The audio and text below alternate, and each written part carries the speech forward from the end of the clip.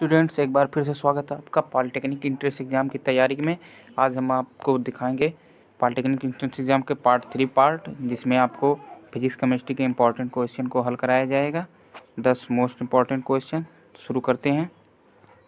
पहला क्वेश्चन, एक pump 100 kilogram पानी 20 मीटर ऊंचाई पर बने एक टैंक में 10 सेकेंड में चढ़ाता है, जिसकी शक्ति क्या होगी? उसकी शक्ति क्या होगी? मान लीजिए जी बराबर 10 मीटर पर सेकंड हो तो उसकी शक्ति क्या होगी? उसकी शक्ति निकालने के लिए आपके पास एक फार्मूला है। पहले आप इसमें देख लीजिए आपको दिया क्या क्या गया है। इसमें दिया है आपका m दिया गया है, m बराबर 100 दिया गया है,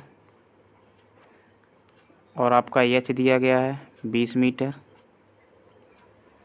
और आपको g दिया गया है 10 मीटर पर सेकंड स्क्वायर। तो आपका m भी है, g भी है, h भी है। तो आपका एक फार्मूला है उसको शक्ति निकालने का, P बराबर आपका फार्मूला P बराबर mgh/t। तो इसमें आप अपना सब रख लेंगे मान, m का मान रखेंगे, g का रखेंगे, h रखेंगे, और t 10 सेकेंड t भी दिया गया है, अपना सब रखेंगे, हल करेंगे तो आपका आंसर जो है इसमें आएगा 2 kilowatt. Option number A 2 kilowatt आपका ये सही आंसर होगा, आपका आएगा। आप हल करके देख लीजिएगा। दूसरा क्वेश्चन, लीवर का यांत्रिक लाभ सदैव 1 से कम होगा यदि लीवर का यांत्रिक लाभ सदैव 1 से कम होगा यदि फलक्रम, जो फलक्रम है ये अगर भार एवं बल के बीच हो, फलक्रम आपका भार एवं बल के बीच हो तो लीवर का यांत्रिक लाभ सदैव 1 से कम ही होगा। तो आपका ऑप्शन नंबर ए जो है इसमें ये सही रहेगा, फलक्रम भार एवं बल के बीच हो। क्वेश्चन नंबर 3, यांत्रिक लाभ ma भार L एवं बल E में संबंध है। तो इसमें संबंध दिखाने के लिए पहले ma बराबर यानी यांत्रिक लाभ बराबर होता है आपका L/E।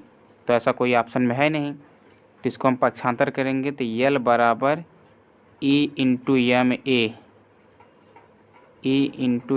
आ गया। तो ये आपका ऑप्शन नंबर बी वाला देखिए ये सही है। ऑप्शन नंबर बी वाला आपका ये सही है, L बराबर ma/E आपका ये सही होगा। चौथा क्वेश्चन, प्रकाश की एक किरण जल पर लंबवत गिरती है तो जल में उसका अपवर्तन कोण होगा। तो आप सबको पढ़ाया गया है कि अगर कोई भी प्रकाश की किरण किसी भी समतल पर लंबवत गिरती है तो अपने मार्ग से बिना विचलित हुए सीधे चली जाती है। अगर वह तिरछा गिरती है तो ही अपने मार्ग से विचलित होती है, या वो लंबवत से दूर होती है लंब से, या लंब के तरफ झुकती है। लेकिन अगर सीधा गिरती है तो वो सीधे चली जाती है बिना मार्ग से विचलित हुए, अर्थात इसका विचलन कोण जो यहाँ पर अपवर्तन कोण होगा वो 0 होगा। ये सी वाला सही होगा आपका।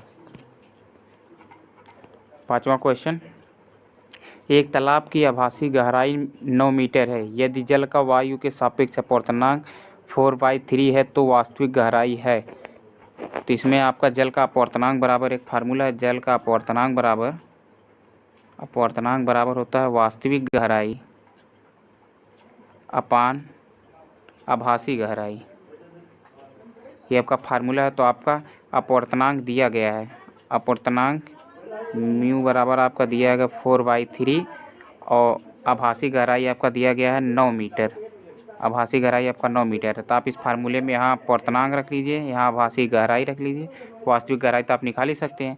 तो इसको सवाल पे रख के आप हल करेंगे तो आपका इसका आंसर आएगा 12 मीटर। कितना आएगा? 12 मीटर। ए वाला ऑप्शन आपका सही होगा, 12 मीटर इसकी गहराई होगी। छठा क्वेश्चन, बिंदु जिससे किरणें बिना विचलित हुए गुजरती हैं कहलाता है। ऐसा कौन सा बिंदु जिससे प्रकाश की किरणें जो होती है बिना विचलित हुए गुजरती हैं? तो आपका होता है पोल होता है, या फोकस होता है, या कर्वेचर होता है, या प्रकाशीय केंद्र होता है। तो आपका ऑप्शन नंबर डी वाला सही होगा, प्रकाशीय केंद्र होता है। प्रकाशीय केंद्र एकदम बीच में होता है जहाँ वो प्रकाश किरण लंबवत गिरती है, या तिरछा भी गिरे तो भी यहाँ प्रकाशित केंद्र से ही वह सीधा निकल जाती है, ये लेंस में होता है। अगला क्वेश्चन सातवां वाला आपका, पर्दे पर छवि बनने के लिए प्रयोग किया जाता है। पर्दे पर छवि बनने के लिए केवल एक ही लेंस का प्रयोग किया जाता है, और आप लोग बता दें कमेंट में तो ठीक है, नहीं तो हम बता रहे हैं आपको उत्तल लेंस होता है। उत्तल लेंस जो होता है ये पर्दे पर छवि बनाने के लिए प्रयोग किया जाता है, क्योंकि इससे जो प्रतिबिंब बनता है वो वास्तविक प्रतिबिंब बनता है। 8वां क्वेश्चन, एक उत्तल लेंस जिसकी फोकस दूरी 20 सेंटीमीटर है को एक अवतल लेंस के साथ जिसकी फोकस दूरी 40 सेंटीमीटर है से स्पर्श कराते हुए रखने पर परिणामी लेंस कार्य करेगा।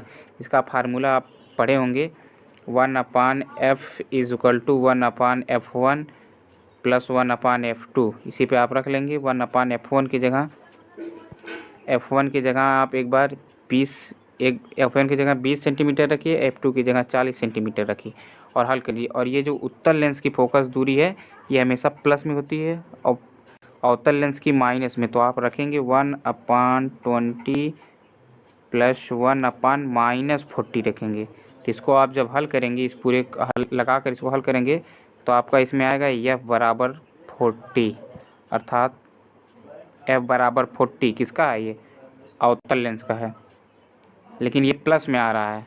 आपका जब लगाएंगे तो f बराबर 40 प्लस में आएगा, तो इसके लिए उत्तर ये सही होगा आपका ए वाला ऑप्शन, उत्तल लेंस की तरह कार्य करेगा ये। 9वां क्वेश्चन, पराबैंगनी प्रकाश का स्रोत होता है ए विद्युत बल्ब, बी लाल गर्म लोहे की गेंद, C sodium lamp, D carbon arc lamp. तो आपका पराबैंगनी प्रकाश का स्रोत केवल एक ही है, और मतलब एक ही तो नहीं है, लेकिन इस ऑप्शन में एक है और वो है लाल गर्म लोहे की गेंद। जब लोहा एकदम लाल हो जाता है तो पराबैंगनी किरण की तरह कार्य करने लगता है। 10वां क्वेश्चन, विद्युत चुंबकीय तरंग जिसकी तरंग दैर्घ्य 30 सेंटीमीटर है और वेग 3 × 10⁸ मीटर पर सेकंड है की आवृत्ति है।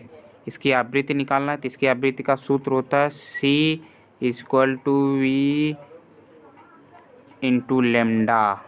इसी से आप निकाल लीजिएगा इसकी आवृत्ति। इसमें c जो आपका दिया गया है वो आपका है 3 × 10⁸, ये 3 × 10⁸, ये c बराबर दिया गया है। और जो आपका इसमें क्या नाम हो लैम्डा दिया गया है वो आपका 30 दिया गया है, तरंग दैर्घ्य जो है, तरंग दैर्घ्य लैम्डा ये 30 दिया गया है। इसको आप रख के हल करेंगे तो आपका आंसर जो आएगा वो आएगा 10⁹, जो कि इस ऑप्शन में, पूरे इस ऑप्शन में है ही नहीं। इसका मतलब आपका कौन सा सही है ऑप्शन इसमें, ऑप्शन नंबर डी, इनमें से कोई नहीं। Thanks for watching.